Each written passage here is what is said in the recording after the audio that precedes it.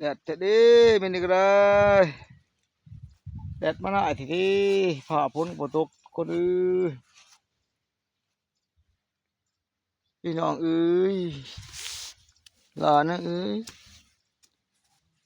ยันแต่บักแตงผสมขางยันแต่ชายผสมเพิ่นอายมันเสือสัตว์แห้งผสมเจ้าพนอหงเมืองแดดออกเด้อกำแพงเอ้ยกำแพงเอ้ย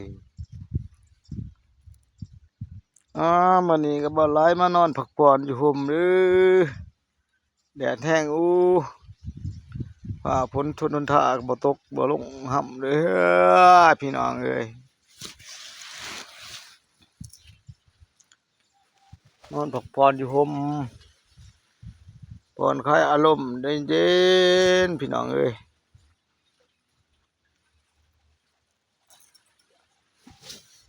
สร้างบรรยากาศมันม่วนจากบาทจากใดคนเอ้ย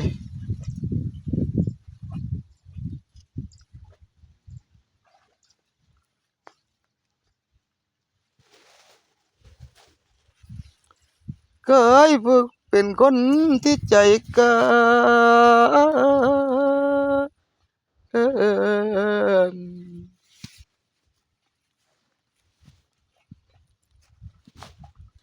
เนี่ยมันเบิดปัญญากินเหล้าให้เสียทางแฟ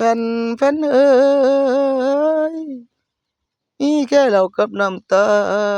ลพอเป็นยาแก้กุมยามสิเข้าดอกบอนนอนล้างเธอแดดนอน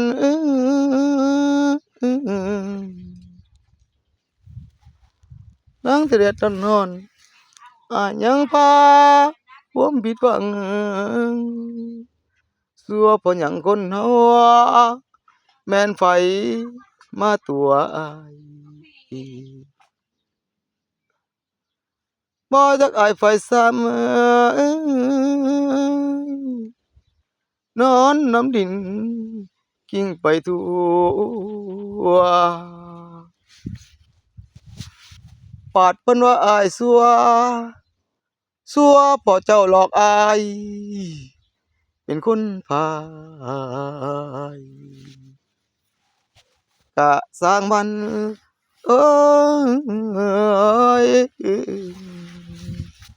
โอ้ยเด้นอยอ่าจบพี่น้องเอ้ยสร้างบรรยากาศเล็กๆน้อยๆเด้ออยู่ในห่มเงาพักผ่อนหย่อนอารมณ์ทุกคนเอ้ยมันนี่ก็ได้แดดร้ายมันนี่ก็ได้เอาสนี้แหล้วพ่อผ่อนคลายอารมณ์เล็กๆน้อยๆทุกคนเอ้ยบายบาย